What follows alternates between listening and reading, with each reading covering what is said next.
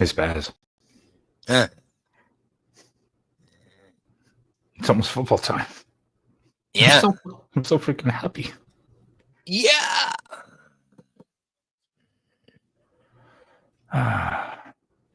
Darn it. Let's just go.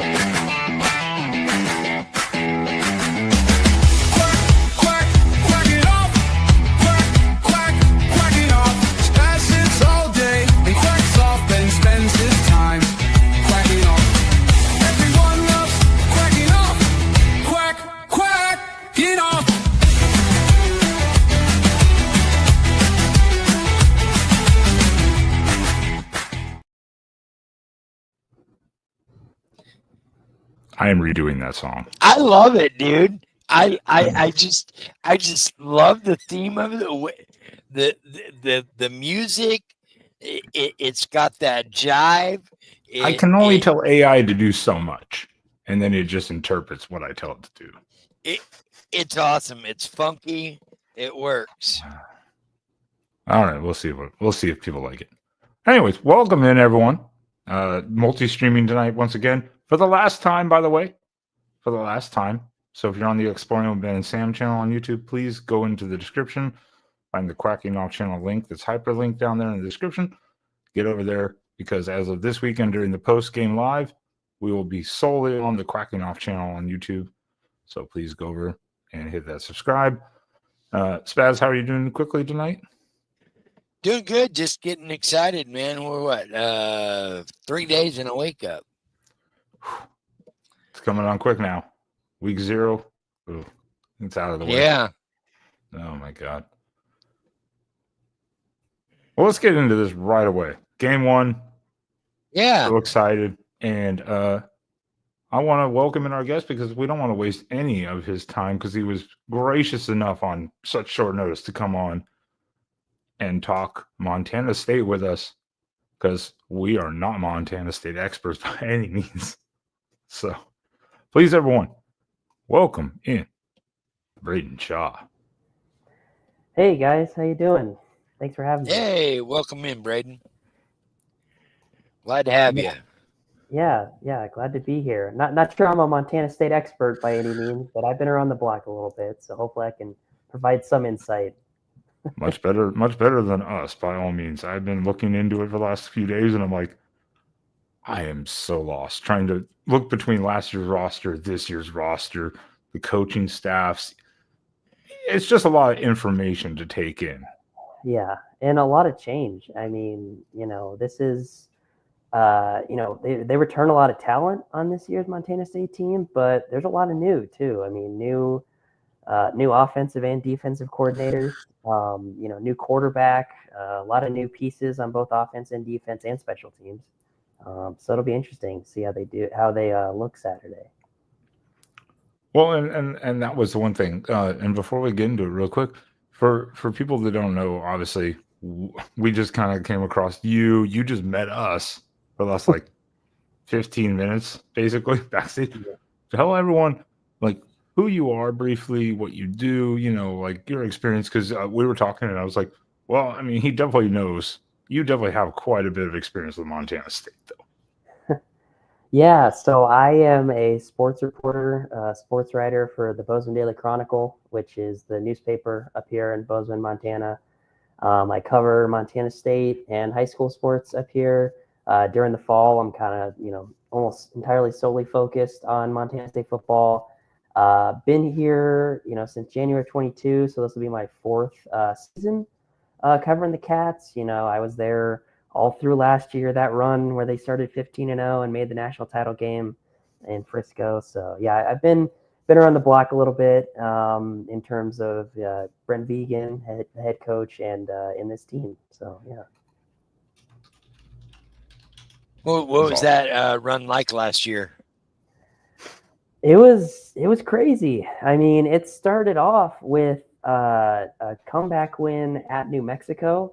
And a game that was, I mean, honestly, just ridiculous to watch because Montana State gave up 2 strip sacks, which is just something that doesn't happen, with their offensive line and their star quarterback Tommy Mellott, and there was this crazy windstorm in the middle of the game where, things are flying around on the field. You just don't really know what to make sense of it. And then they just have this crazy comeback, including, this 90+ yard run from Adam Jones to kind of get them back in it. And it was just kind of, that was just one moment of resilience, I suppose, for their team. And they had this, this 1-0 mentality they kept repeating throughout the season.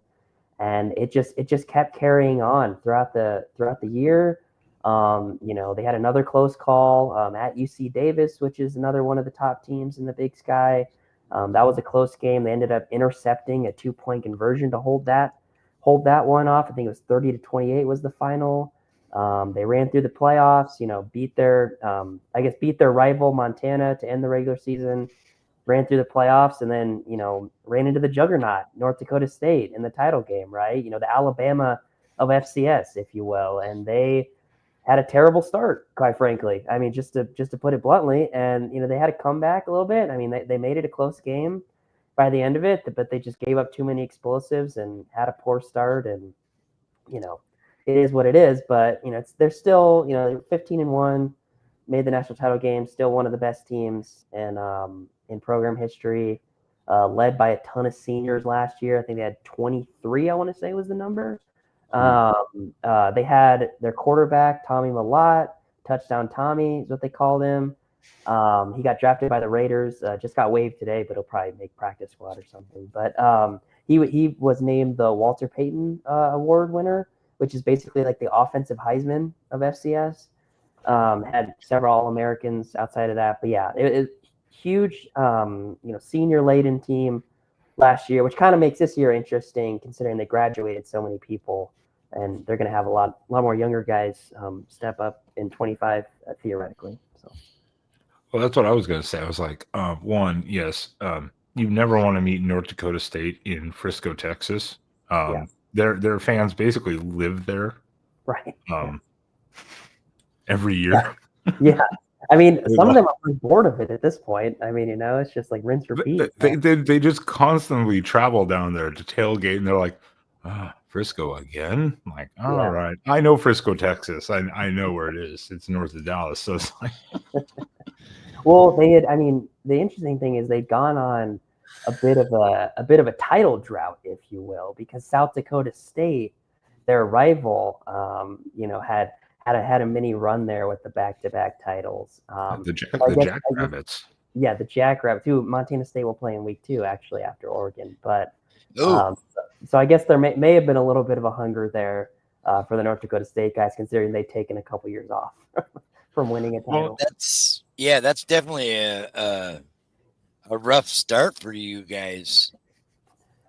Yeah, I mean, it's interesting because Montana State and South Dakota State have a bit of a rivalry too, just in recent years. I mean, they beat South Dakota State at home in 21 to make it to the national title game in 21, where they also lost to North Dakota State right before I got here. And then in 22, they lost in the FCS semifinals, which is one of the coldest sporting events I've ever been to. It was 9 degrees at kickoff. The field, without hyperbole, was basically a skating rink. Thankfully I was in the press box for most of that, but no, they just, that was just tough sledding. No pun intended. I mean, so they lost that game, pretty handily.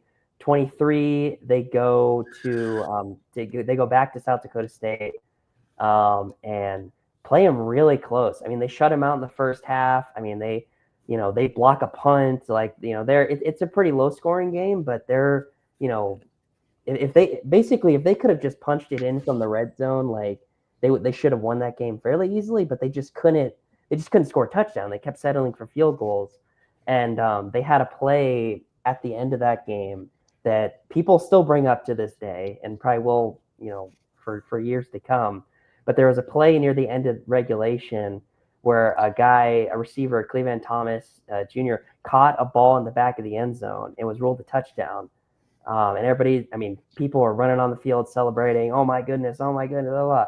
And they review it and he ruled him out of bounds. And there are people, they treat this like the Zapruder film, like it's just like JFK assassination type stuff, like where like, oh, his foot, like if you zoom in here, like I can see his foot, there's green or blue or whatever, and oh my goodness, no, he's not out, and you can see the turf kicking up here, and I'm just like, I don't know, man, like if you guys, I think you guys had plenty of chances to win this game. I don't think you need to zoom in on this one play, but whatever. So anyway, all that to say is they've had several run-ins with South Dakota State in recent years, as almost as many as North Dakota State. So I think that'll be a huge game, and it'll be the home opener. The home opener for Montana State is always the Gold Rush game, which entails, not only the players wearing gold jerseys, but all the fans, all the stands, all 20,000 people in there are going to be decked out in gold. And so it's kind of this fun tradition. They design a T-shirt every year. They have a contest or whatever, and somebody designs a T-shirt. And most of them, everybody, all the fans wear it. And on top of that, they have one of the cooler runouts in college football. Quite frankly, they have the rodeo team on horseback lead them out in front of all the players running to the field, and fireworks and everything. So anyway, Well, that sounds like a great homeowner one. Flashy. Don't worry, the Ducks, I believe, are just wearing green and yellow. The wing green and yellow with the wings or whatever. I think that's what they said they were going to wear this weekend. They come out tomorrow. Nothing crazy. Nothing too crazy. Yeah. Well, that was the one thing is, a lot of people look at week one for the FBS teams in general. Not all FBS teams, obviously, because there are different Power 5 groups or Power 4, that play each other.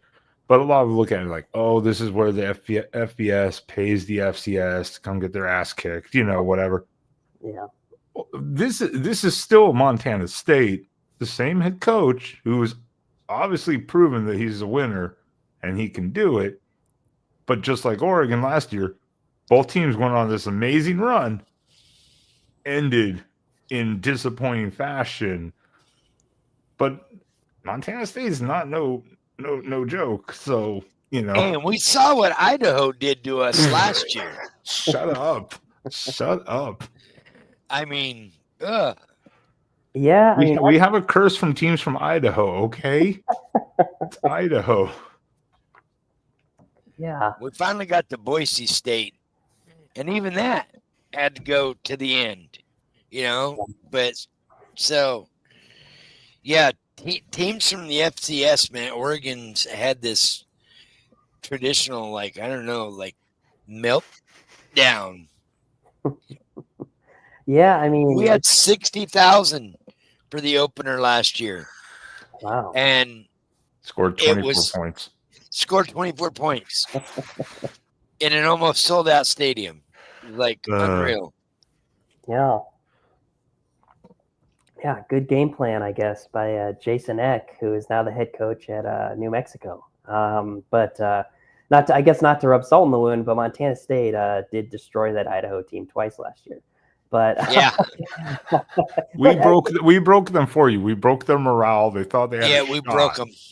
Well, the other thing to note in that season opener situation is there's so many unknowns, right? I think there was just the unpredictability of it to some extent. By the time Idaho played Montana State, even there was a better sense and even more of a familiarity, right, between those teams being conference foes and playing. And also, that quarterback that started that game ended up breaking his collarbone and ended up missing a lot. We broke him first game. Yeah. So. It's just clearly that Oregon team needed to warm up, but once they warmed up, they were pretty damn good. So, but again, Montana State's no joke. It was like years ago, or it was 2020 when the Spaz we had NDSU on the schedule for a home game, and I was worried about that game. I was like, dude, that's like North Dakota State, basically, kind of like right at that peak, kind of before they kind of dipped off, but that obviously got canceled. But I was really nervous about that one. I was like, I don't want to be like Kansas State and get embarrassed. No, that would have been interesting. I mean, North Dakota State, they're a program that, they're pumping out NFL guys left and right, especially on the lines. But Well, yeah, I think it was Montana State. So, do you have any? Do you have kind of like some concerns? Like you were talking coaching staff, whereas like Oregon actually maintained all of their coaching staff outside of um, Junior Adams, our wide receiver coach, but they got Ross Douglas out of Syracuse, who they just had an amazing passing offense last year. You guys lost your offensive coordinator. yeah, Which yeah. I guess rightfully so. I'm sure he took a promotion, he moved on, took a little pay raise somewhere, Yeah, he went to Temple. The O-line coach also went to Temple. Ooh. The defensive coordinator went to UTEP after being at Montana State for several years. Also a former player at MSU. Yeah, defensively, that was a promotion from within. So that'll be probably a lot of continuity there. Sean Howe, who he was technically co-DC last year, so I'm sure a lot of continuity on the defensive side. Offensively, that is one of the bigger question marks. Pete Sturvik, guy who spent time at Colorado School of Mines and Montana Tech as well, which is down in Butte. I'm as interested as a lot of people are to see how they function. Obviously in the last several years, especially with Tommy Millott, MSU has been one of the top rushing teams in FCS, and I'm sure they'll keep running the ball. They have, they've made hats and T-shirts with RTDB. Run the damn ball. They average 300 plus yards a game on the ground. I'm sure they'll be close to that again this year. With that, that's service academy level. Yeah, yeah, they also have said they're going to try to pass the ball more this year, probably with the new system. Obviously, new quarterback Justin Lamson. They just named him the starter. Stanford transfer. They had a little QB competition in fall camp. I would say we all kind of assumed it was going to be Lamson, especially when they brought him into the program. But they had the competition and he won out, and so I'm curious. I'm curious to see how that all plays out on Saturday. Well, that's what Dan Lanning was saying in his presser about 7 hours ago, I think it was. They were like, did you get film of this guy's former offenses? He's like, oh, we had to dig. Yeah. We had to dig like hard for that. We had contacts and they're like, we got good tape, but they're like, we don't know still. Right. And that's what I was going to ask Spaz. Like, Spaz, you remember Lamson, right? Which one? Lamson. Oh, yeah. When I heard that name, I was like, Lamson, Justin Lamson. I was like, man, that's so familiar. And I was like, wasn't he? And I had to double check, and I was like, oh yeah, he was. But he's like at least then. Now I don't know. Maybe you know more info. Has his passing game improved? Because at Stanford, he was like hit and miss. He was much more of a runner, but that was under the Taylor system. So right, yeah. I think MSU coaches would probably say that yes, his passing has improved. It's in to some degree we kind of have to see it on game day, right? He's even admitted he was more of a run first guy, and also I will say like he didn't get a ton of excuse me. He didn't get a ton of opportunity, in college just due to injury, at Syracuse and obviously transferring to Stanford. I think he played in 24 games at Stanford across 2 seasons with only 4 starts. So, I think they want to definitely rely on his arm probably more this season as the starter. But, he'll still probably always be a dual threat guy to some degree, tuck it and run. But, yeah, I think I'm just as curious as anybody to see how they implement the QB run game and also just even this week Brent Vegan in his press conference said Justin needs to also understand there's so many playmakers out here. He doesn't have to do it all by himself, so he'll have to probably learn that as the season goes on. Well, I'd say I'm interested. I'm interested too because 2023 it was off and on, kind of like here and there. They didn't throw it a lot with him. 2024 basically was like he was non-existent.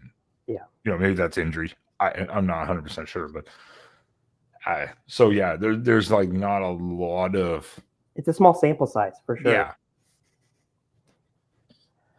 Yeah, So I mean that. Yeah, again, I mean that'll be interesting to see, especially MSU isn't unfamiliar with the quarterback that likes to use his legs, right? So I mean, I think if he does want to be more of a a dual threat or a guy that kind of can make plays on his own, I think that will fit right in as well. Is there any news on the and I missed in the presser. I was trying to watch it during the beginning of work when no one was there. I was like just doing other things. But is there any info that you guys have of worried about like what Oregon's doing with their quarterback? Because Spaz, you called it. Well, you said last Friday we would know. We still don't have an answer who the starter is. I thought he said yesterday. No, not to my knowledge. There's no official. There's still no official word. Everyone's like, "Why is Dan Lanning being so tight-lipped?" I mean, we assume it's Dante Moore, no? We have always assumed that, but as no information has come out for sure or depth chart. Yeah. Official depth chart, anyways. Like I've seen the Montana State depth chart. Yeah. I've seen the reported depth charts already for that. Oregon doesn't have an official apparently reported depth chart that I'm aware of, unless it just came out in the last like hour or two. No, I haven't seen nothing. But don't they have to provide Montana State with a depth chart or something? Is there a time frame for that? Like 24 hours, 72 hours? Yeah, I would say that they're probably making it like a game time decision. They'll probably maybe not release something publicly, but I'm sure we'll find out Saturday morning at the very least, or something along those lines. I know, like Jimmy Rogers at Washington State is trying to keep it where he's not going to name his quarterback till he takes the first snap, I believe is what his quote was. I've heard that before. I've heard coaches say that, like, you'll know when he takes the field.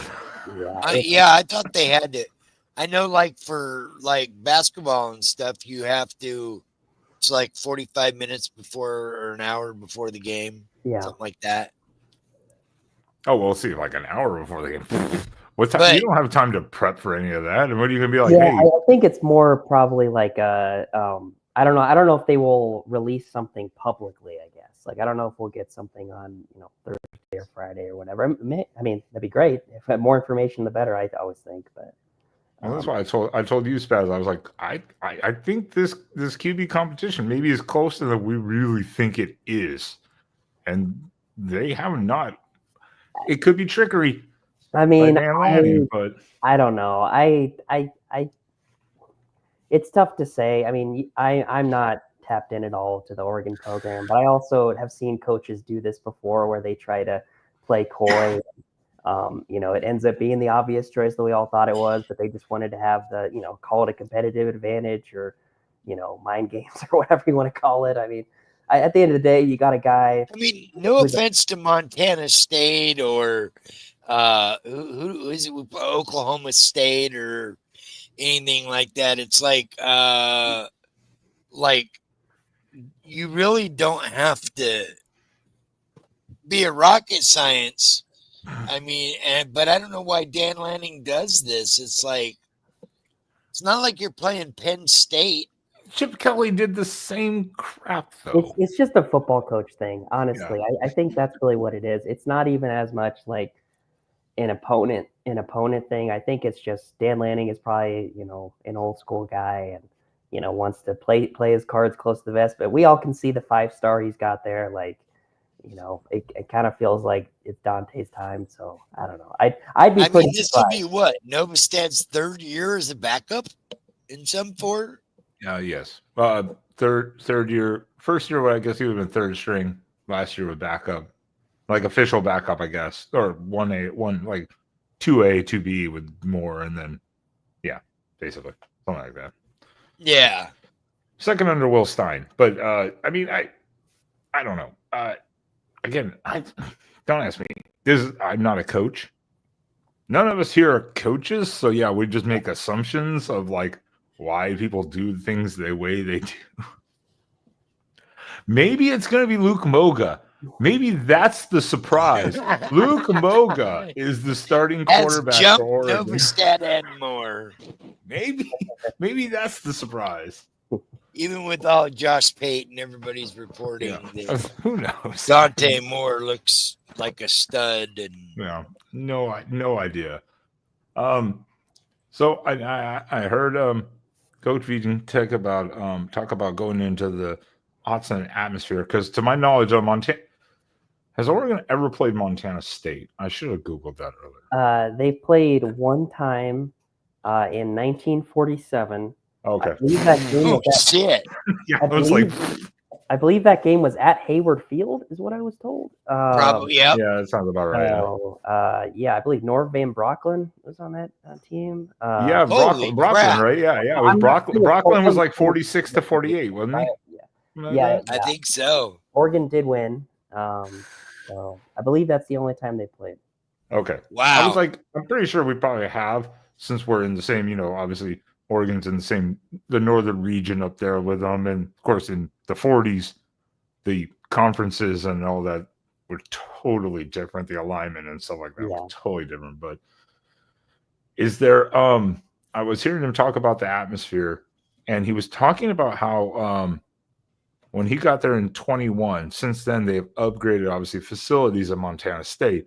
Mm-hmm. And so they were asking him, has he practiced to basically simulate the crowd noise for Autzen Stadium? And he was saying, we have been pumping it in practice, like just like trying to roar the speakers constantly.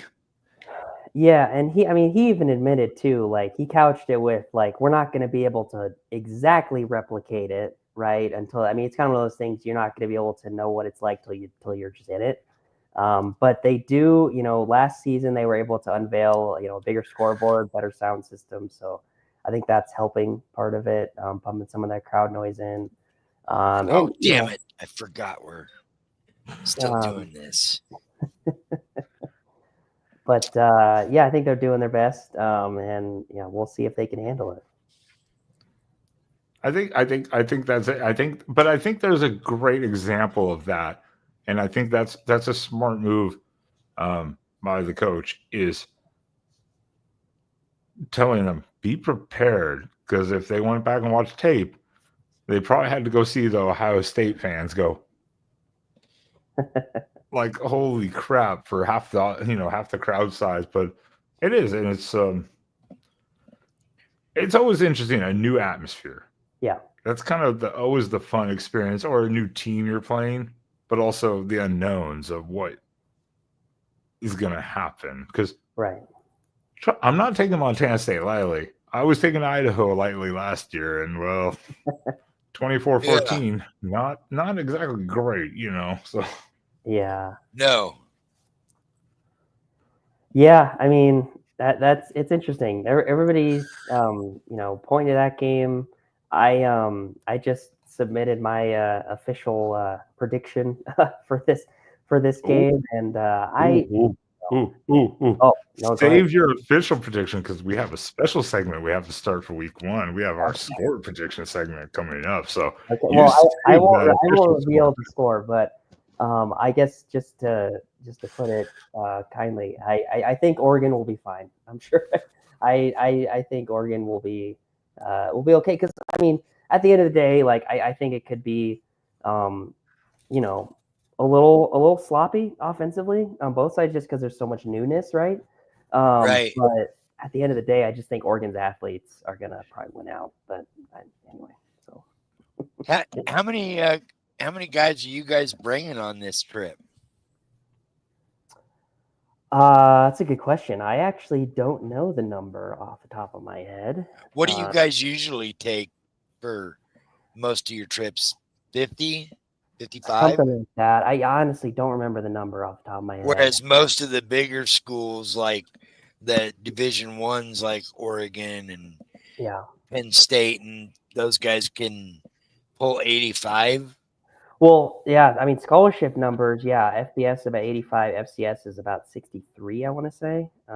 Yeah. So, yeah.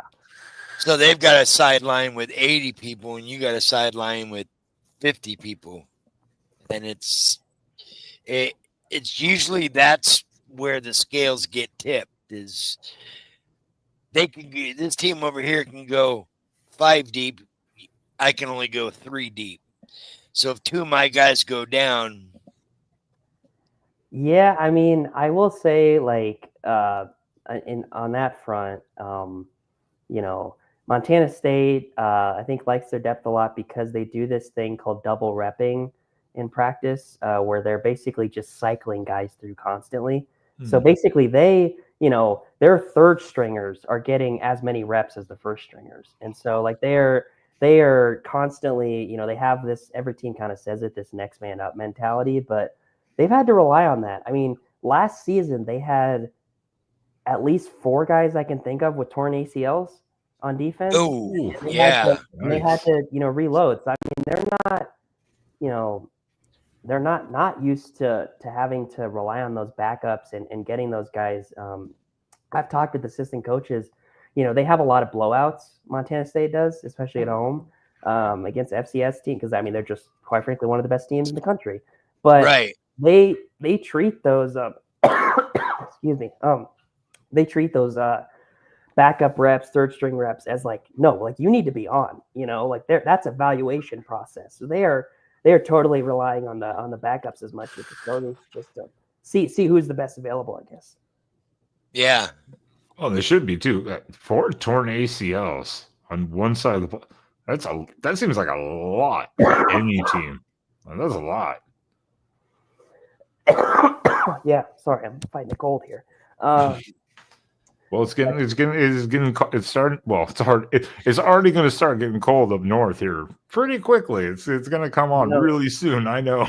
Yeah, I'm taking advantage of the warm weather as long as I can. But yeah, no, the ACLs were crazy last year. I mean, one of them came on an interception return against Idaho, one of the starting linebackers. Oh, running it back, pop. Oh, yeah. And one of their starting safeties has torn his ACL each of the last 2 seasons.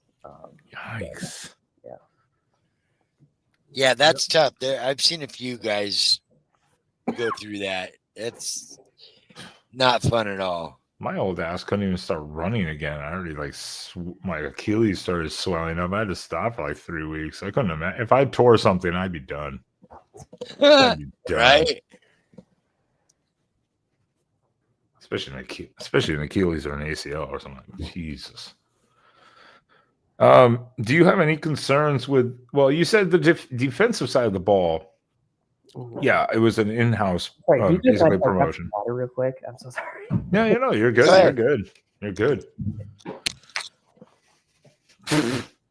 Gutters. You're just jelly. We didn't ask for your opinion. Yeah, you're just jealous, Gutters. Ow, son of a bitch. Maybe you hurt My yourself. leg. Yeah. It's called old. That's what happens with aging. Things pop and hurt a lot. Oh, yes. Yeah. Defensively, you were saying, it's an in-house kind of promotion, basically, I guess. Yeah. Is there a concern? Because looking at the stats last year, unless I'm reading these wrong, there was only 9. Not only there was 9 interceptions last year. Average completion percentage just below 60% for the opposing team, but lower completion, like lower yardage, all that stuff. I mean, outside maybe the North Dakota State game, I'm not sure how that compiled in, game by game by game by game. I'm just looking at the cumulative number. Is there anything that concerns you defensively overall, not just against Oregon necessarily, but even for Montana for the season? I mean, the biggest question mark probably of this entire team is the secondary. it's one of those situations where the guy who I mentioned has torn his ACL twice. Caden Dowler is starting at free safety, I believe, and so he basically is the only guy returning with starting experience. The other 4 spots in the secondary are brand new starters, including 2 redshirt freshmen at cornerback, and so that is by far the position group, I would say, for lack of a better term, that I would say has the most to prove, I guess, in some ways. And so I think these first couple weeks are going to be at, I guess, very best case for them, a learning curve, right? Going up against Oregon and South Dakota State. I mean, trial by fire a little bit. I mean, just to, I guess, to round out the defense, both starting linebackers are guys that got a lot of run last year, especially after their linebacker, the guy who tore his ACL on an interception return, Danny Louis, the Kepa. They got a lot of run rotating once he went down. Their D-line, I mean, they lost an All-American DN from last year, Brody Greavy, but they basically returned everybody else. And so their D-line, I mean, is as experienced as any position group on the team. So anyway, I would just say the back end is probably the biggest, biggest group on the defense, and probably the entire team that people don't really know what to make of yet because we haven't seen them all play together. So. I think that's we're probably playing two freshmen and a redshirt freshman in our secondary too, from everything I'm hearing and reading from multiple guys. But it's going to be interesting because, I mean, they're taller. Why not? They're taller than the guys. They're taller than anything we put back there the last half a dozen years, and they're all athletic freaks too. So it's like, yeah, I'm here for it. It's like we finally got some depth. This is Dan Lanning's first full crew of recruits that are like his guys from top to bottom, basically. So it's going to be interesting to see what he was able to do with scraps he was able to pick up, and the ones that Mario left behind, and now he's got his own set of streakers and freaks. So I think it's going to be a very interesting season this year. I think we're going to surprise people. The only Mario left over too right now is Florence, right? Yeah, Jaleel Florence in the secondary. He's the only one still from the Mario era, I think. Yep. Period. But we don't know how the transfers are going to solidly fit in too until you see the game action. So yeah, well, I mean, I think our secondary is still kind of the question mark too, because a lot of them are young or transfers, and you're like, are you going to gel immediately? Yeah. And these are guys that you could build up. So, I mean, but it could be very interesting. I'm worried about, as Braden was saying, they've got some D-line guys. I need to see our O-line, unlike Idaho last year, actually gel and be an O-line this year. Game one. If it was like Idaho last year, I'm going to lose my shit. I will literally just turn off the TV. I can't do that again. I can't. It's too stressful. You got Emmanuel Pregnon, and you've got World and but do they gel? That's the thing. I know we're not moving Poncho from center. I got that. But no, when you have a good, experienced, connected D-line going against, and Matthew Bedford, this is going to be this O-line's going to be crazy this year. We'll see. We'll see. Montana State might wreck your dreams, like immediately. Yeah, I see more than 2 sacks this entire game against any quarterback. I will lose my mind. Yeah, I don't think we got to worry about that. How many times did Idaho sack Gabriel last year? 3? I think it was 3. Boise did 4. I think something like that. Something like that. It was like kill me. So it'll be interesting, and you're gonna be in Eugene for this game too, Braden, aren't you? Correct. Yeah, probably flying there on Friday. So. Oh, you guys flying in? Right on. He went up from gas money to flying now. He went fancy on us now.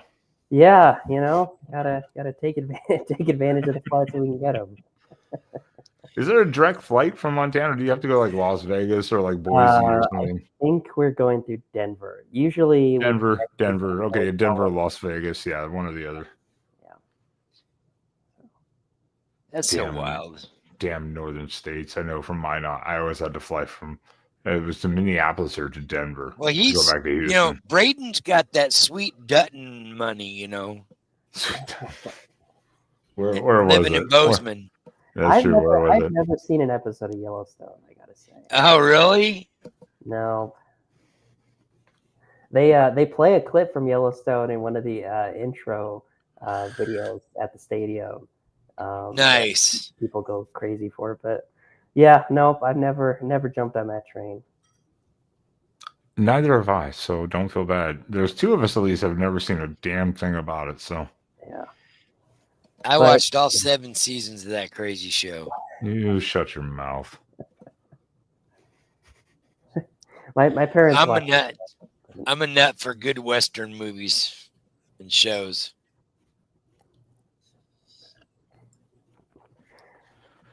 Let's see here. Spaz, you haven't asked anything. If we're here, let's get all the info we can because we're trying to learn as much as we can about Montana State in a still a brief. Well, I know they're also very run heavy offense. Yeah, like 90% run heavy. Yeah, I don't know what the percentages are, but they do return they return several running backs, but their top 2, Julius Davis, who was a Wisconsin transfer. This will be his 3rd season in MSU, though. He was injured most of last year, but and Adam Jones. They're basically co-starters. I know it says Julius, I think, on top of the 2D, but they're essentially co-starters. Adam, as a redshirt freshman last year, he's a Missoula kid, so Montana guy, but he was the runner-up for National Freshman of the Year at FCS last year, and he won the Big Sky Conference Freshman of the Year award.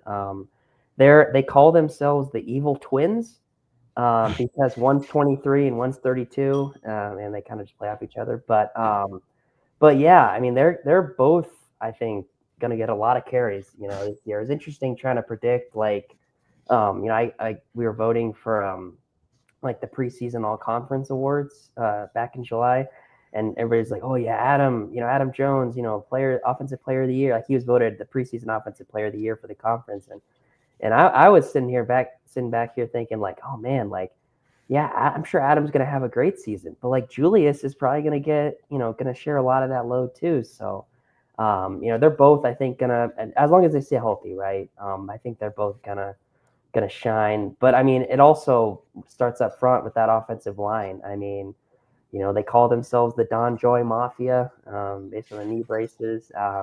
But I mean, they just continue to reload. I mean, it doesn't matter if they send they graduate guys or their stud left tackle from last year's at Michigan State now.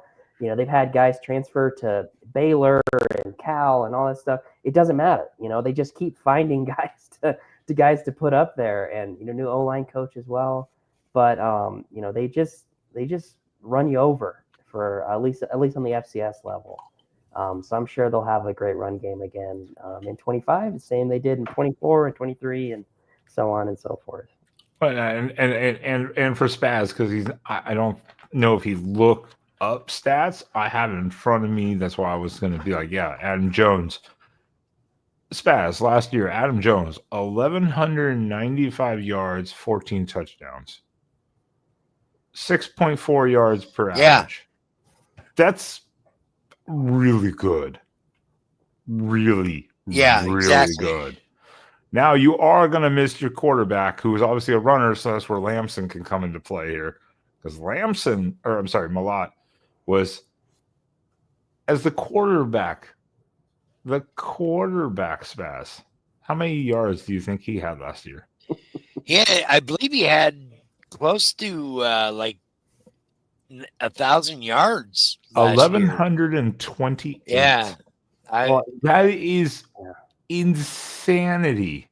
and Scotcher Humphrey, who's at New Mexico now, was their leading rusher last year, or one of their leading rushers as well. So they share it a lot, but they just run the damn ball, That's insanity for a quarter. I mean, Service Academy quarterbacks don't have that much rushing yards a year. I mean, Tommy was special. I mean, I'd encourage anybody, you guys or anybody watching this, to look up Tommy Malott highlights. I mean, when that guy gets in the open field, I mean, nobody's catching him, type of thing. He was so quick, freak athlete. I mean, he could basically do it all in the FCS. So yeah, your top 3 rushers alone, Tommy, Adam, and Scottre, had alone 800 yards rushing. Just those 3, or something. I'm trying to do math in my head quickly. I do have to ask now that I'm on this one. I'm looking at this rushing list. There was a special player who had 4 attempts for 18 yards. Do you know who that is, Braden? And is he still with the team? Because I want to hear the announcers scream it. 4 attempts for 18 yards. Yes. And he is on last year's team. Yes. Can you give me position? That is a good question. Hold on, let me. It's just this is off rushing stats. Let me open it up here and see what it is. Does it say what he is? He's a wide receiver. He's a wide receiver. So it's probably on an end around. Probably. Or reverse. And apparently he's a sophomore. Okay. Local kid from the state of Montana. Okay. Man. You're like, I'm gonna feel bad if I don't get this. Man. Not like their wide receivers get a lot of burn neither. So this is not putting Braden on the spot. I'm not trying to do that, because trust me, if you asked me the same thing about an Oregon player last year, like 4 carries, I'd be like, I don't know. Yeah, well, I'm just trying to think of a Montana guy, because it's probably not Taco, I would guess. But is it Taco? I want to hear the announcers scream it. Taco Dollar. Oh yeah. Taco. I didn't to the end zone. I wasn't sure if it'd be that obvious, but yeah, it is Taco. Okay, Taco. Yeah, Taco's dynamic, man. He's one of the best punt returners in the FCS, and he was one of their top receivers last year. So yeah, he's been and they've been throwing him out there since he was a freshman. So he's one of their top offensive playmakers for sure. Yeah, he just popped up there in the rushing stats, and I was like, Taco. I did not remember him getting 4 carries. That's crazy. I hadn't seen his photo or anything, so I was like, Taco? Like, what? Yeah. No, yeah, and that's what he goes by. I mean, he why not? Yeah. Why wouldn't you? Yeah. Yo, Taco. Why not? Jeez, I would. Yeah, we kept fishing for the origin story on that, and from what I've read and heard, he kind of just one day decided to go by Taco when he was a kid, and people just went with it. And is it more of a nickname than it's not an official name? No. His official his first name his first name is oh god, I don't remember the pronunciation of it, but I think it's McLean. Okay. And so, but he goes by Taco, and his brother's on the team as well. Caden. That's why when I pulled up his photo and I saw it was a white guy and from Montana, I was like, I am confused. Extremely. That was the first time I saw it right before I pulled it up for you. I was like, what? I was like, his parents must have been like on munchies or something that night. And be like, Taco, let's go. I don't know. But I was like, what the? They did not name him Taco, but he's just Okay. by that. And I'm sure they'll call his name several times on the PA because he's going to be involved quite a bit on offense and special teams. Well, that's good. Good for him. I always like the local kid story too. You know, I say local is in the state because where is Montana State University exactly? So it's in Bozeman. Is it in Bozeman? Where I'm at, yeah. Taco's from Billings, which is about 2 hours east of here.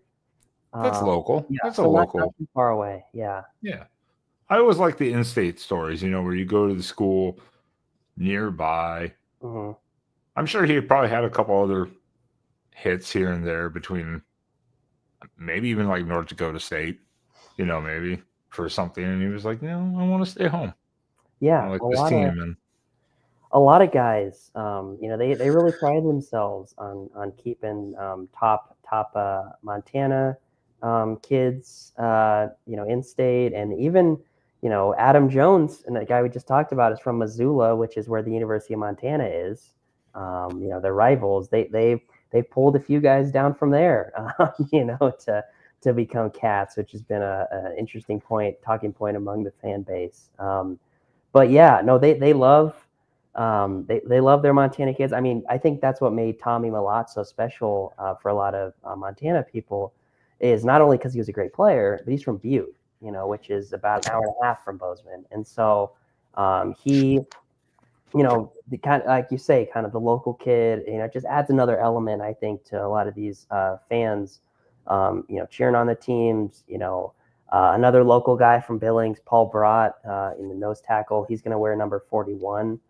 Which is kind of their legacy number that they give a senior, Montana senior every year is chosen.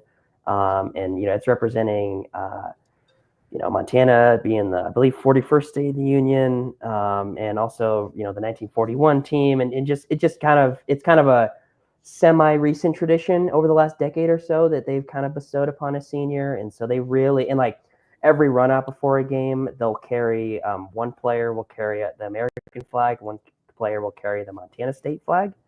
And for home games, they have like a kind of a semi-formal, you know, handing off of one person handing the Montana flag to the new player or whatever. And so anyway, they really make, you know, try to make it as special as they can, I guess, for the Montana kids, you know, playing for hometown or a home state team. I like that. I like that. That's something we always criticize Oregon about for multiple years here and there. We're like, I know there's not a ton of, just like Montana, there's not like a ton of like quote unquote top players like Oregon. There's like, Spaz, what would you say? Every year there's like 2 to 3 ranked players, basically. Oh yeah, something like that. So I mean, the point is, every year grab a local kid and give them a spot, you know, like kind of thing. It's nice. But also in Montana, the difference between Montana, well, we had Patrick Herbert here for a while. Well, obviously we had Justin and Patrick, so yeah, we've had the Herbert. Patrick spent like 8 years here. It freaking feels like he did, even though he didn't. It felt like he did. He didn't. He only spent like 4 to 5, but he felt like he was there forever. And some of the Herberts came through Montana State as well. So there's another connection there between the two schools. There you go. Is Montana State? It's an outdoor stadium, right? Yes. Mm-hmm. Okay. Well, that's also part of the problem. Montana recruiting. Hey, come play in Montana. You're gonna die. Well, you know? I think it's not as bad as North Dakota State. Well, no, North Dakota State's indoors. They have the dome. They have a dome in Fargo. Oh, that's right. They do have that dome. Yeah. But North Dakota, you will die in the wintertime. Well, so I will say one thing is Montana State just opened an indoor practice facility, which I think will be a game changer, not only in recruiting, but also just, you know, in their livelihood, I guess, practicing and, you know, off-season. Yeah, they don't have to freeze all the time anymore. Yeah, off-season and in-season. And, you know, I think you're talking to guys that have come here, yeah, the weather can get pretty crazy, especially in the wintertime. But they sell these guys on the atmosphere. The atmosphere for these games is, you can say, oh, it's for FCS or whatever qualifier you want to put, but like you come here for Gold Rush or you come here for Cat Grizz, which by the way, College Game Day came here a few years ago for. It is. I'll say this.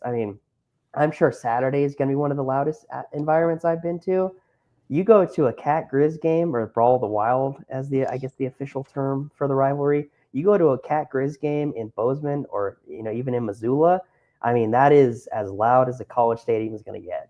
In terms of just the fervor and the passion and people. And like I said earlier, like people really care about these teams and.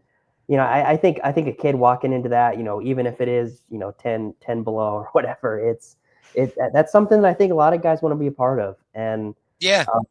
Obviously, things fall through the crack or, there are top kids from Montana that, do leave the state and go. Like there's a kid from Bozeman that I covered in high school who's a receiver at Nebraska now. They're a kid, they're, other guys, as with any state, right? Not everybody's going to keep talent, hometown or home state talent in there. But I do think guys not only from Montana, but there's a lot of California guys on this team. A lot of guys from much warmer climate, a lot of Texas players. So I think they rely at least on the team culture that they have built under Brent Vegan to sell that. I at least is what I've been told. So.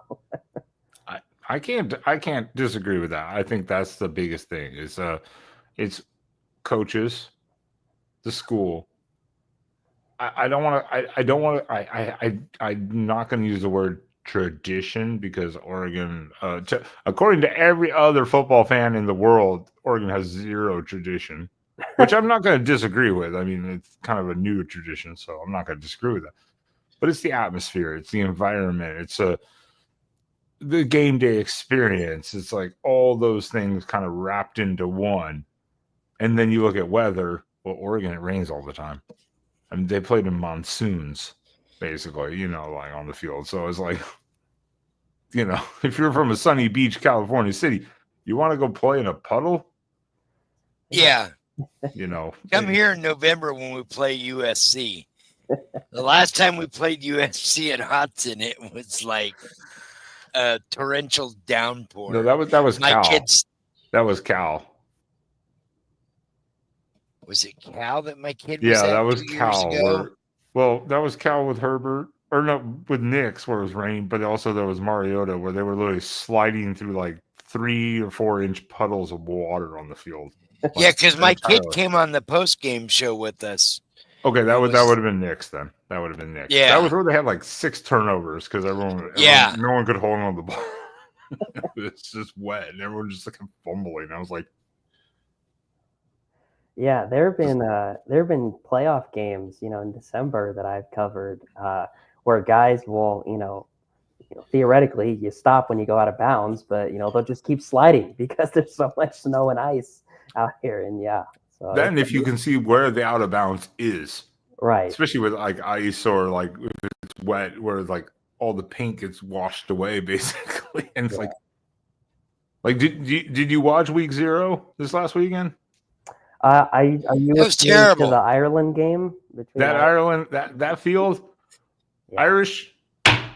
That was be ashamed brutal. of yourselves. You repainted the field even at halftime, and it was still awful. I think, part of it, I think, is probably the soccer pitch element of it in terms of different grass than probably not used to hosting American games. It's got that arc to the field, Yeah, but it's like they painted it twice, and it was still awful. It was like, I couldn't see it either. I was like, I bet the players were confused too. Like they're like, where's the line? Yeah, second half was a lot better just when the rain stopped and they could actually run their stuff. Yeah, they were actually able to get some passing in. Because... Well, that too. But if you're supposed to run like specifically like say a 9-yard curl route, and you don't know where 9 yards is, I guess your body can kind of estimate. Yeah. But is it really 9 yards? So. To say, yeah. You do kind of depend on Or the is it lines. To 6? kind of, Yeah, exactly. but that's why we love the sport of football, especially college, because college, whatever. Well, Ain't you'll nothing have gonna to you'll have to go check out the Mishovsky Center as soon as you get there. It's definitely a must because there's so much you get to see and experience and for a minute, even if it's just kind of checking it out.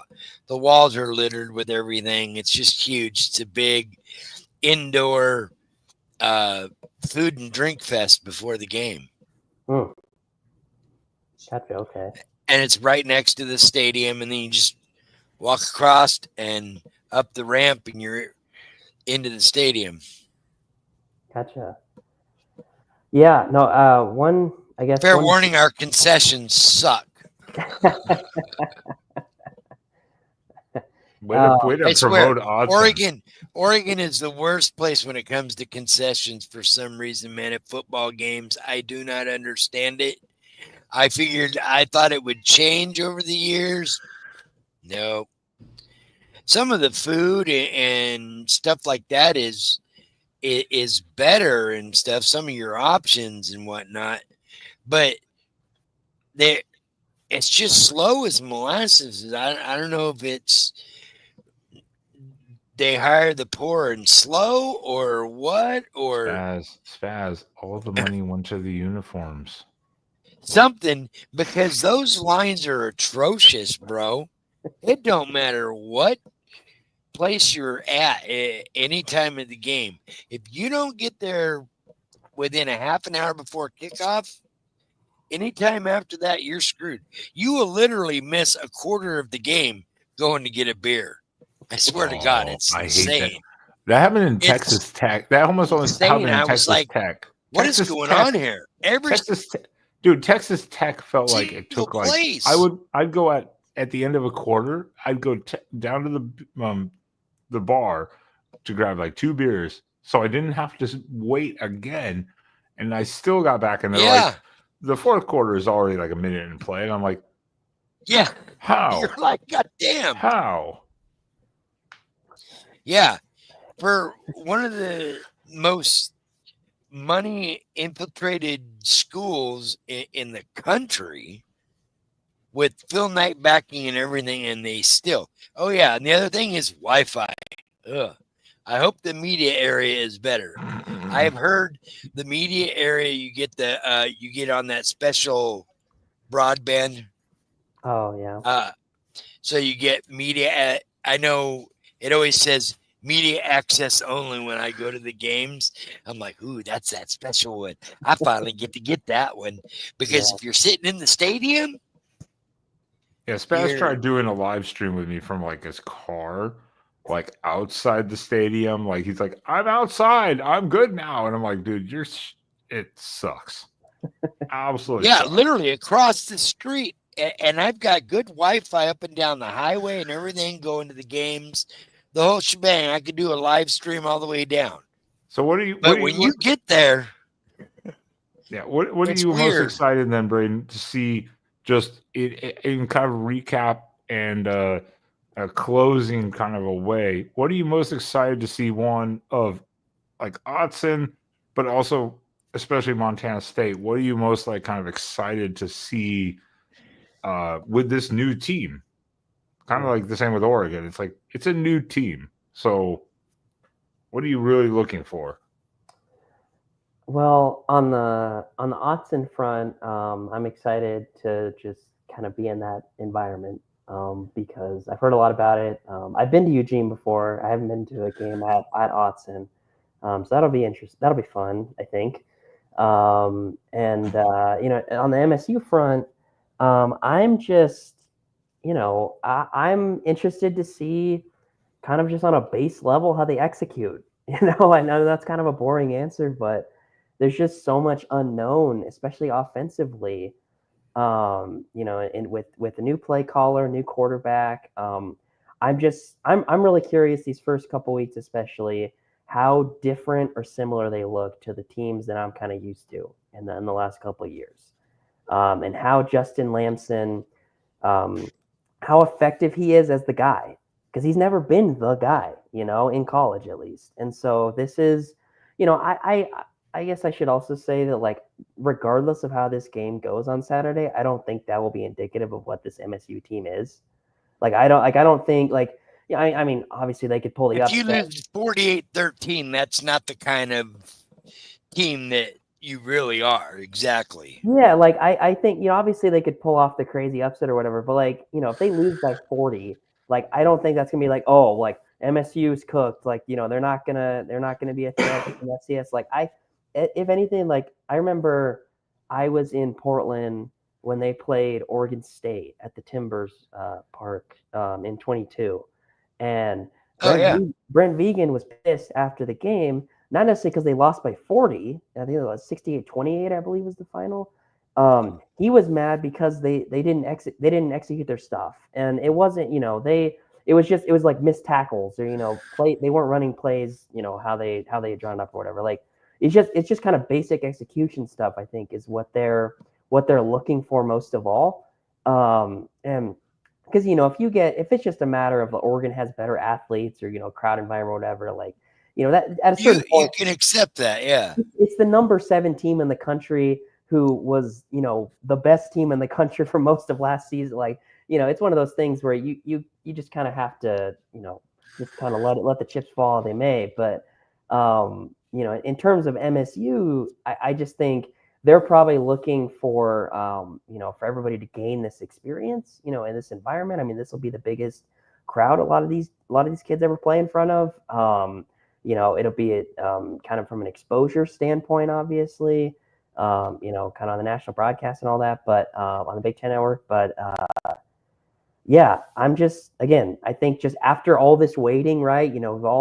We get pieces of information through fall camp and off season and all this, but now it's the time to actually see what all this is about. And so I think offensively and defensively, I guess just all 3 phases, I'm curious to just, kind of see how much progress they've made, I guess, in kind of retooling this roster this offseason.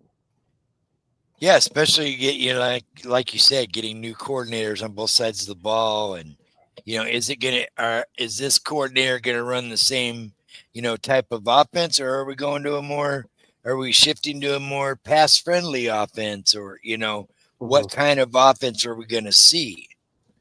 Yeah, I mean, if anything, 100% absolutely fair what you just said, because look again. I had to sit through the game, do the first live stream by myself after Oregon, Georgia. That was not a neutral site. That was a Georgia home game where they got completely blitzed. And I was like, let's see what happens. And then you make adjustments. You can have a bad game, a really bad game. What does the coaching staff then do to correct those issues? That's kind of the thing. Yeah, it's like week 1 to week 2. What do we do now? So I get your point. Same with Oregon. I'm like, all right, if we see this, what are they going to do week 2 to fix those things?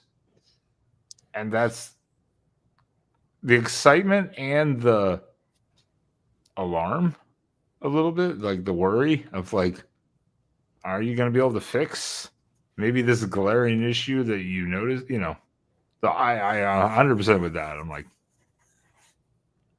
we're going to find out, I guess, really quickly.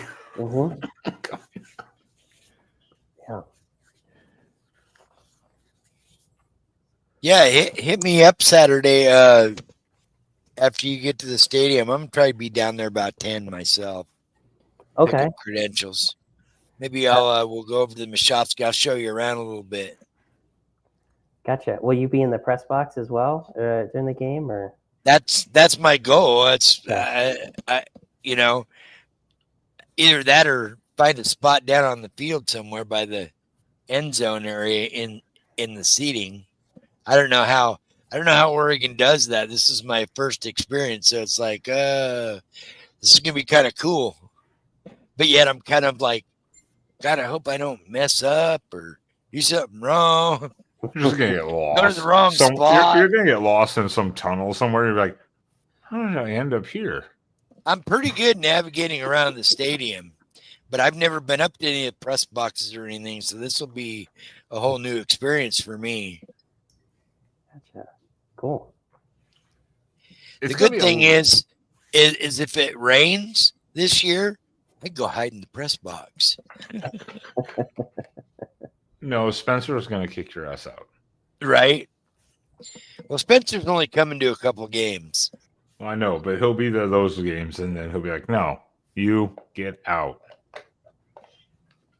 Spencer's the Locked On Oregon host. Okay, gotcha. And Locked On College Football, formerly Locked On Pac-12, before Gotcha.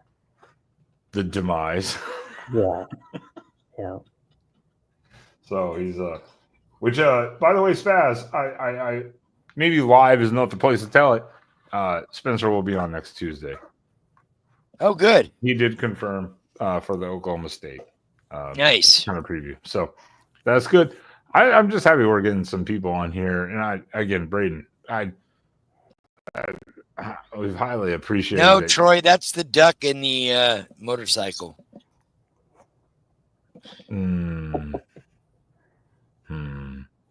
That would be cool though to run out with them like that. Yeah, you don't have that special pass though. No, dude, I'd take two arm swings and I'd be on the ground. That's a Nike pass. You gotta have the Nike pass. Blue quad. Oh God. But yeah, for Braden, we again short notice, and obviously then you're traveling here in just a couple days. I assume you're leaving like Friday. Friday, yep. Yeah. Yep. So just a couple days.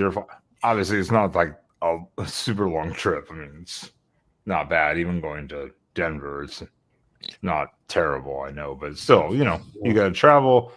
You got to go do all those things. So we appreciate you taking this short notice time to come talk to us. You guys flying into Eugene or Portland and driving down? Flying into Eugene. Yeah. Oh, that's cool. That's good. Yeah, Denver or Las Vegas, they have like direct Eugene flights direct. now. Yeah. Yeah. That is nice. That's convenient. There, yeah. Yeah, I remember last year I flew into Eugene to cover track nationals at Hayward, and I just found it was just easier, and it's more convenient, flying to Eugene instead of flying to Portland and driving down, just kind of. Yeah, because then you got to rent a car, you got to drive down, all that. Yeah. Yeah, you fly to Eugene, it's like Uber. Yeah, Uber everywhere. Or at least a rental car would be cheaper and just whatever. Right.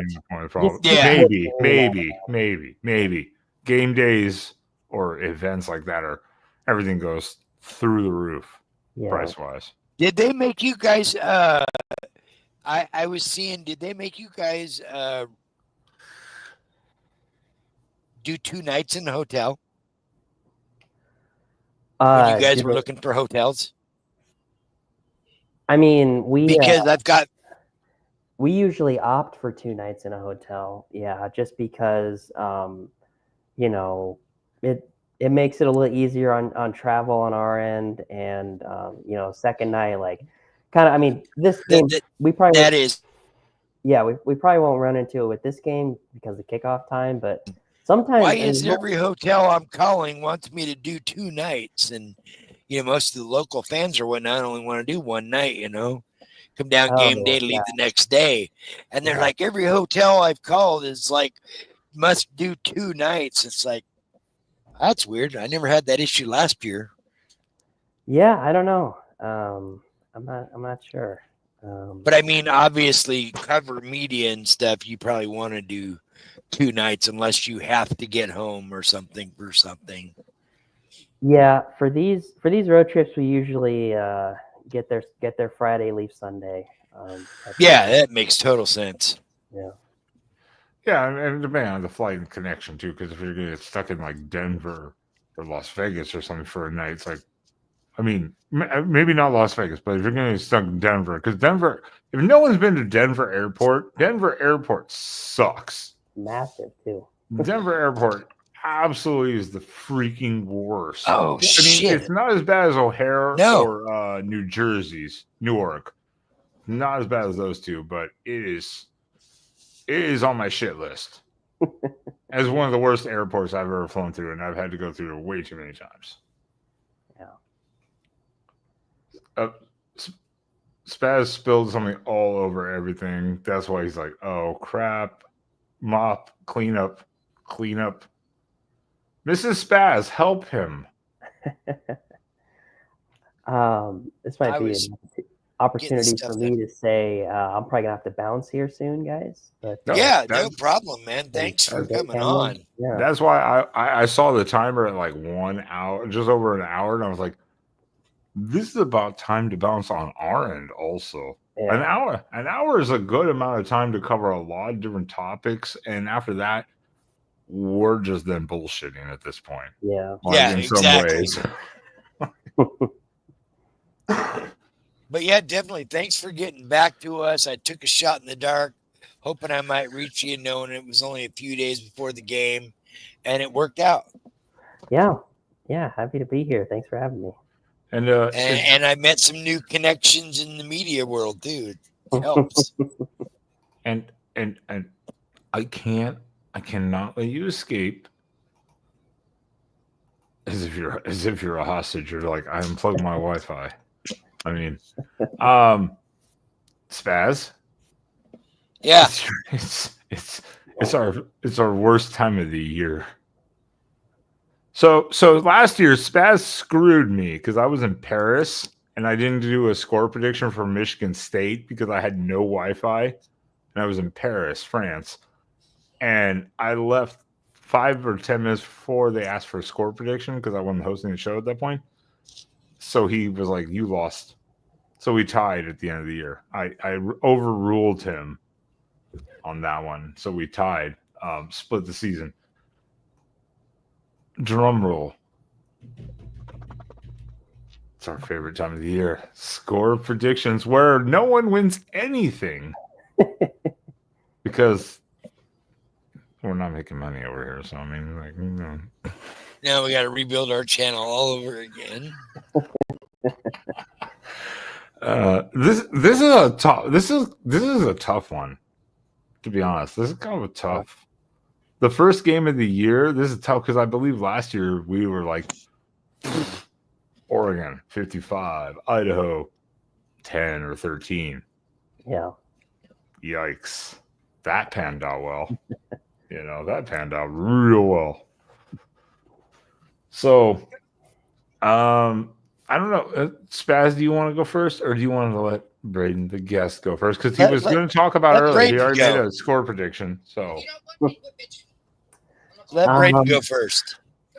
Yeah, so the one I submitted today for our papers game preview section, I said 45-20 Oregon, and I think it spreads right around like 27.5 or something. I think last I checked, but I could totally see this being a game where even Oregon's up, 45.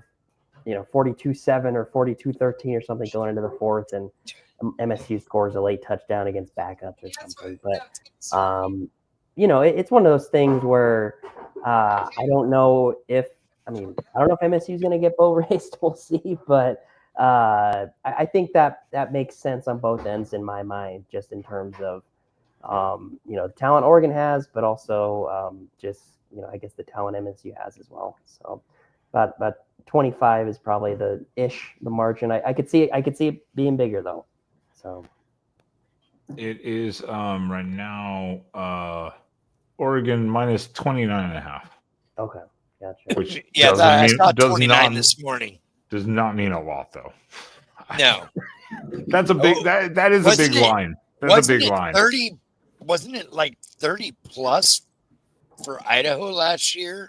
Probably. It was probably like 32 or something like that. It was some insane it was number. high. It was a high number. So I was like 29 and a half. That's a big ass number too. So And we were like, oh, what is Dylan Gabriel going to be? We were all freaked out. yeah. All right, So, Spaz, do you want to go or do you want me to sure, go? I'll go. Okay. I don't think it'll be as brutal. It could be, but I don't think it'll be as brutal as that Oregon State game a few years ago. I don't think it'll be that bad based on, what you guys came through the last couple of years and the talent that you have and leadership now. Even though you got a few newer pieces, but newer pieces usually tend to give you success when you've been on a climb like Montana State has the last few years. But I think Oregon in the end will probably still somewhere around 48-13. You said not as brutal, but you just predicted a worse beatdown. No, the Beavers beat them by 40. Oh, well. I'm only saying 35. I thought you were talking about I thought you were talking about his. So I'm like, oh. Well. No. That Beaver game he covered a couple years ago. I'm going to be a little more realistic because we don't have a starting quarterback named officially. Uh-huh. Again, unless something's come out while we're live, probably not. That leads me to a bit of confusion. And Dan Lanning, outside of the Portland State game, 81 points, I think it was. Yeah. Outside of that, which was basically off all screen passes, it's not going to be that. So I'm going to go a little bit more in Braden's kind of camp. I'm going to go around, I'm going to say 42-17. I think Oregon's going to pull off a little bit. The third quarter, maybe they explode a little bit. Yeah. And they're going to kind of dial it back. There might be like a late touchdown or something to kind of like close it a little bit. I don't think Dan Lanning is going to like try to tear into them, or anything like. It's a decisive win. Yeah. It's fine. It's the first week. Right. Get it over with. Get out of there. No injuries. That's the big thing. For both teams, no injuries. Yep. It's a non-con. It doesn't matter. Right. Overall, in the sense of your conferences. So. Yeah. Although it does now matter in the, for like us, it does matter in the college football rankings, the way they.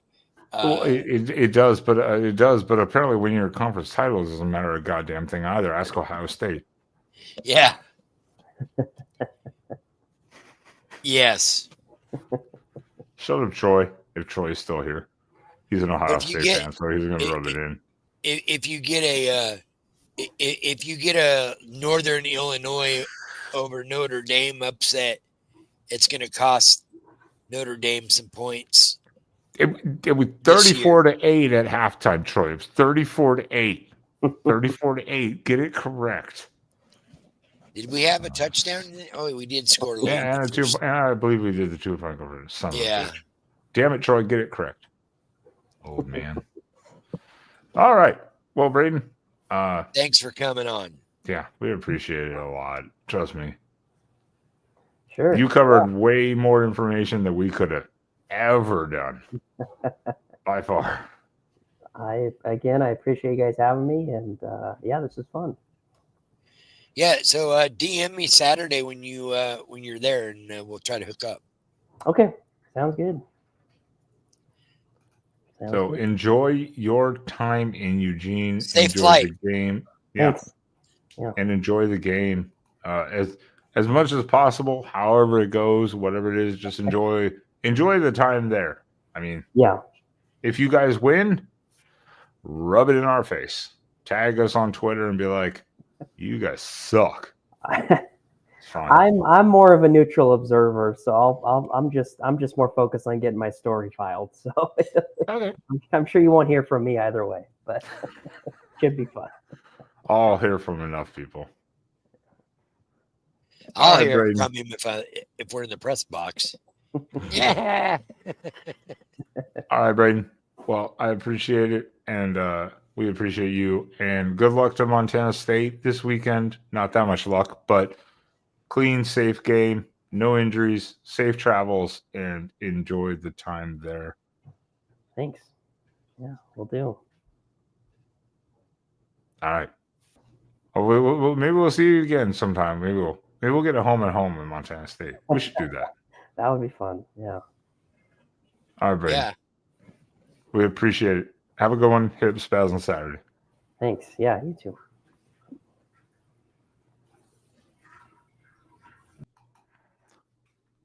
Cat, shut up.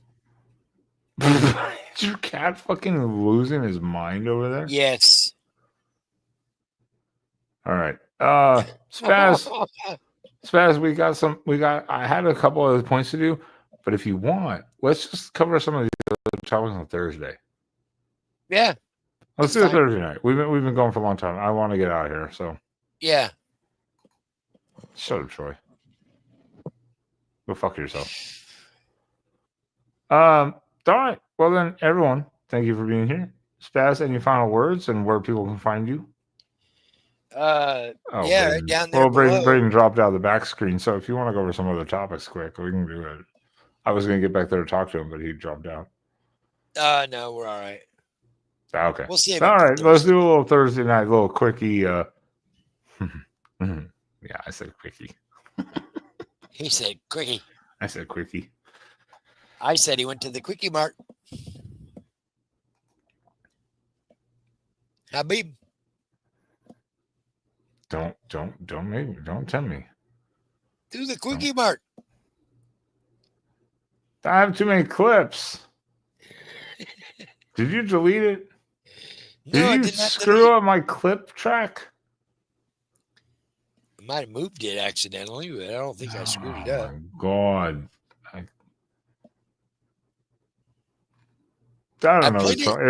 It's somewhere in there. I don't know. I'll find it later. Anyways. Blame Canada. Fuck it.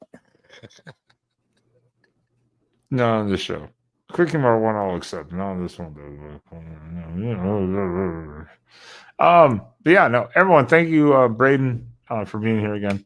Everyone, Braden's Twitter profile is actually in the description below, so you can go there, click it, and go follow him over there. Send him some duck love or duck hate, one or the other, whatever you want to do. But that's beyond me. I don't control that. So. Hey, we got up to 11 viewers at one point for tonight. Woohoo! We're getting there.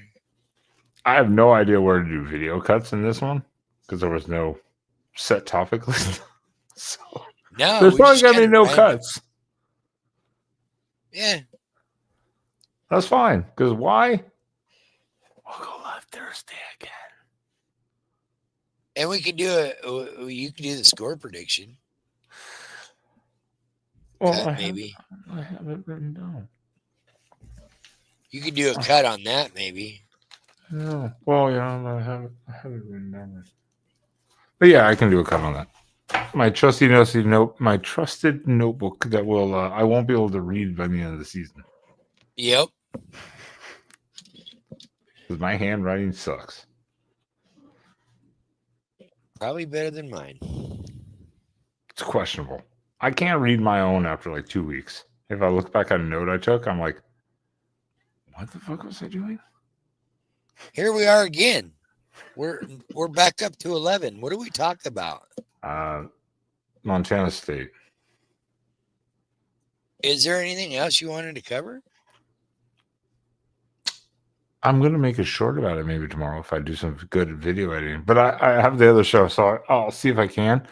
It's kind of old news now, too, is Shador sucks. Shiloh got waived because he threw a punch. And Gabriel's the backup quarterback. Yes. And several Ducks made cuts to their teams, including Tez Johnson. Wait Tez Johnson made the 53-man roster, and so did Nico Reed in LA. And then Trayshawn Holden got waived. He got waived by the Cowboys. Way to go, Cowboys. Once again, what another brilliant decision. We were discussing that at length on my Cowboys YouTube show this morning. Yeah, I saw that mid-afternoon. I was like, a lot of our Cowboy guys were like not thrilled with that. I'm like, he had a good preseason. I mean, like, at least keep him on as like the 5th. There's talk that if he makes through the waiver process, that we'll bring him on as a practice squad. And I think some other team is gonna pick him up. Yeah, I wouldn't be surprised. It definitely would not surprise me. Nico Reed, though. Yeah, Nico Reed, undrafted, getting to the 53-man roster for the Chargers. That was a little like, I was like, oh, good for him. He had 2 interceptions in one game.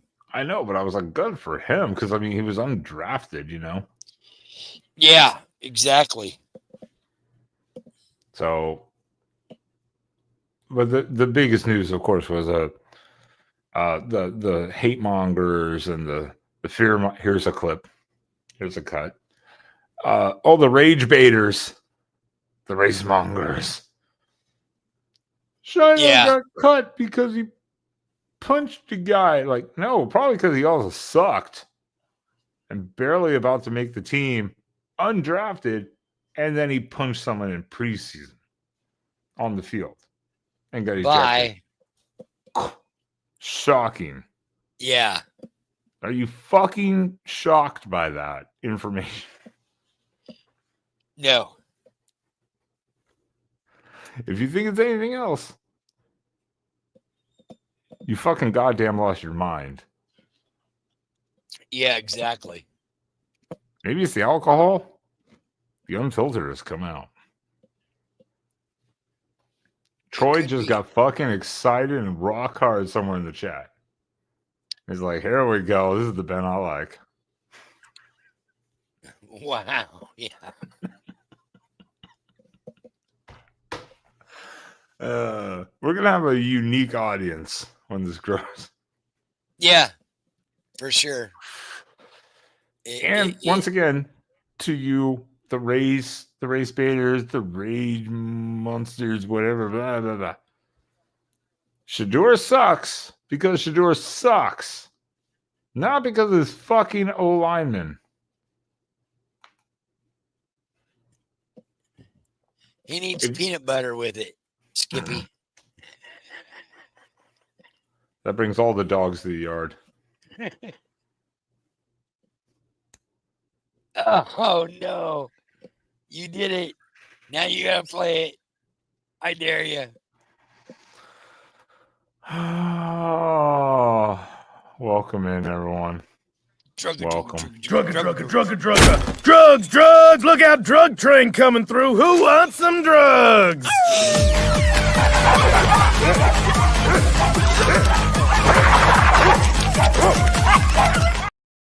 This was supposed to be a family-friendly. This show has gone off the rails. We're already fucked.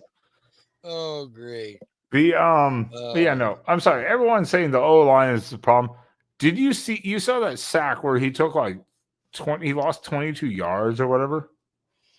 Yeah. It was identical to the game against BYU in the bowl game where he lost 23 yards and the field goal kicker missed the kick because they literally went from like the fucking 8-yard line past the 30. Yeah. No, it was basically identical. That's a Shador thing, not an O-line thing. No. So everyone who says blah, blah, blah, blah, go fuck yourselves. Just go fuck yourselves.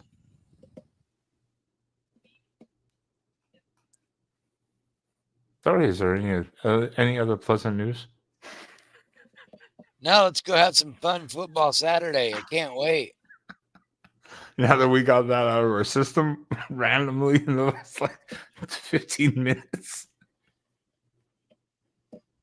Thursday night's the first game. It's true. I still don't have a streaming service. And I'm glad I didn't because YouTube TV apparently is in a dispute with Fox. Yeah, they're having payment issues, I guess. So I'm like, well, maybe I'll go back to Sling. I still haven't subscribed. This last weekend I just streamed shit. Like I found YouTube streams. I was like, this works. Yeah, I can't wait till Saturday neither because Texas is gonna come into the shoe and dog walk, just like Mario did. Well, that's an interesting one, Troy. Troy can agree. That's an interesting situation. Obviously, Ryan Day and Hartline now working together instead of Chip Kelly, but Patricia, I mean, everyone likes him. Let's see how that defense goes. You know, that's an interesting one. That's an interesting one too. And Arch Manning can. What I mean, I know he started a couple games, but will he live up to the hype? And on the road. Or will it Johnny Manziel 2.0? Oh, did you hear the fucking weirdest news I saw before or earlier? What? Did you know for the first time in FBS recorded history, anyways, one coach this weekend will be coaching from the press box or the coaching booth, not the sideline. A head coach. Really? That's weird. Can you name that coach? Bill Belichick. Wrong, because his girlfriend's pregnant. But apparently, yeah, they're expecting. I'm like, fuck, kill me. Kill me. No, but not Bill Belichick. First FBS coach ever recorded to coach from the coaching booth. Billy Napier. Negative. I have no clue then. It's the Cristobal special. Cristobal's coaching from the press box? That's what I've seen. What? For coaching booth, whatever up top. The first time allegedly ever recorded. Okay, well, that might have been a special circumstance, Troy. I don't know. But yeah, apparently there's no reason for it. He's just like, I'm going to go up there and do this weekend against Miami. Because he doesn't want murdered by the Miami student section when Notre Dame dog walks him. Maybe. I don't think Notre Dame's going to dog walk much. Now, Miami, they might. I don't know. I still think they go in. I still think they beat Miami. Oh no, I'm pretty sure they. Carson Beck's dog shit. I am pretty sure they beat Miami. I am definitely pretty sure about that. Yeah, Miami fans are gonna lose their shit. They're gonna jump off cliffs.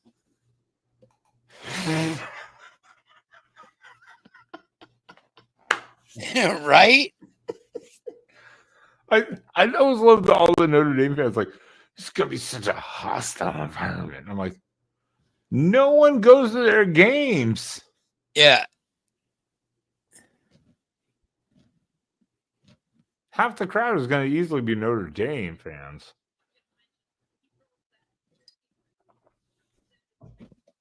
All right. Well, shit, we just talked about a bunch of shit. I don't even think we have to do Thursday then. That is freedom fucking night. Thank God. There's football to be seen. What do we got Thursday? Yeah.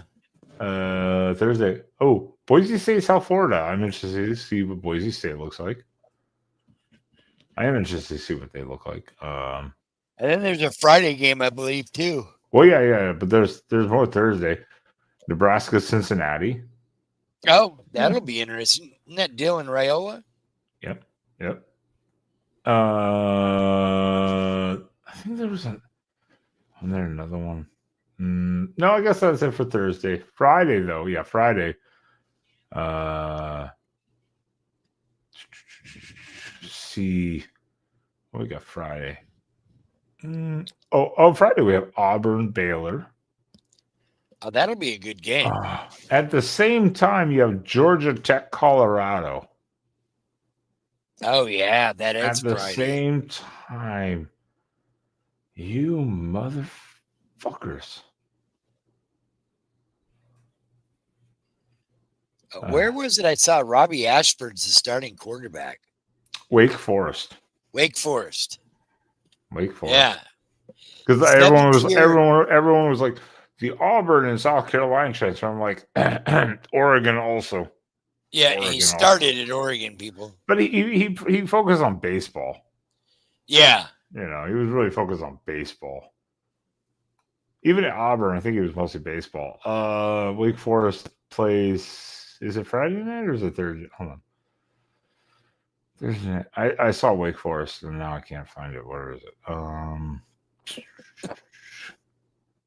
That'll be interesting to see because we've never really seen Robbie Ashford play the position. I think he started a game last year not last year, but the year before for Auburn. I think he did, but like I didn't watch him. Yeah. I mean, it's somewhere in here. Whatever. I'll see if I find it later. I'm not worried about it right now. Matter of fact, I think he played the Iron Bowl against Alabama that year. Did he? I think he got murdered. I think so. Oh, he plays Friday. Kennesaw State, Wake Forest. Friday night. Good for him. All right.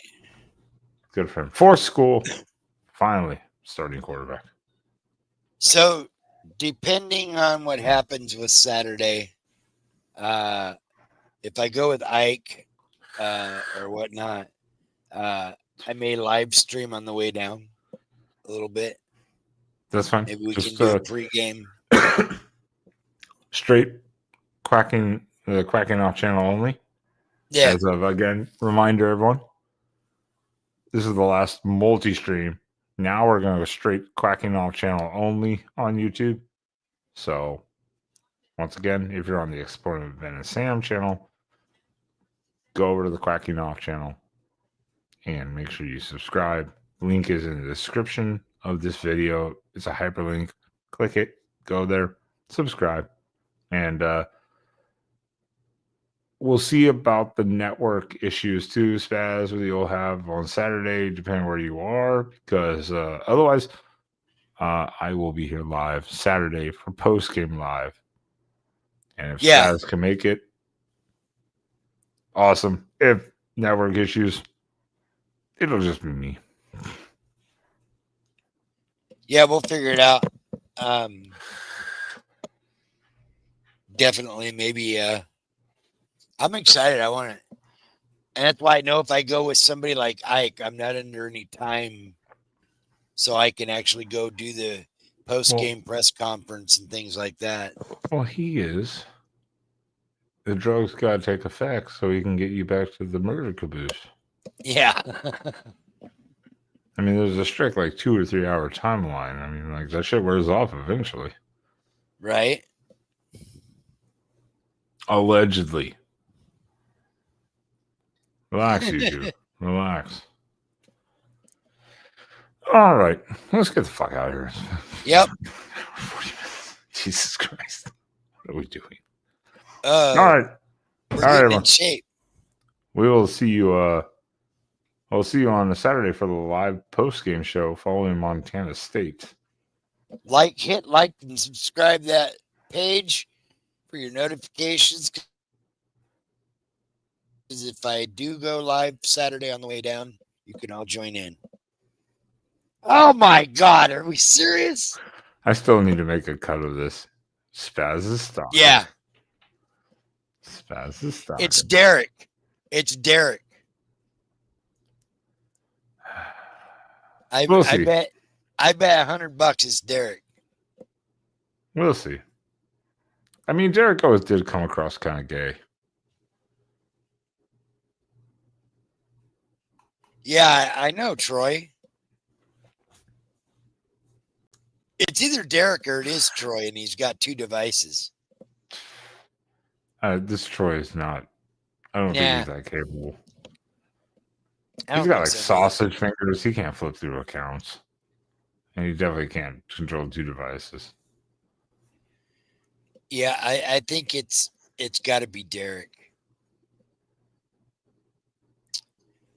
Got to be Derek. We'll have to wait and see until the next episode. All right. Yeah, because he won't give us an answer. Yeah. No, yeah. It's fast. At this point, we'll have to wait for the next episode. It's fucking 11:30 here. Stop keeping me up late night, old man. Stop it. See you all Saturday for the live post game, Montana State at Oregon. But as always, guys, what do we say? Fuck Washington. You're a son of a bitch. Love it though. But he's right. Night, everyone. Have a good one.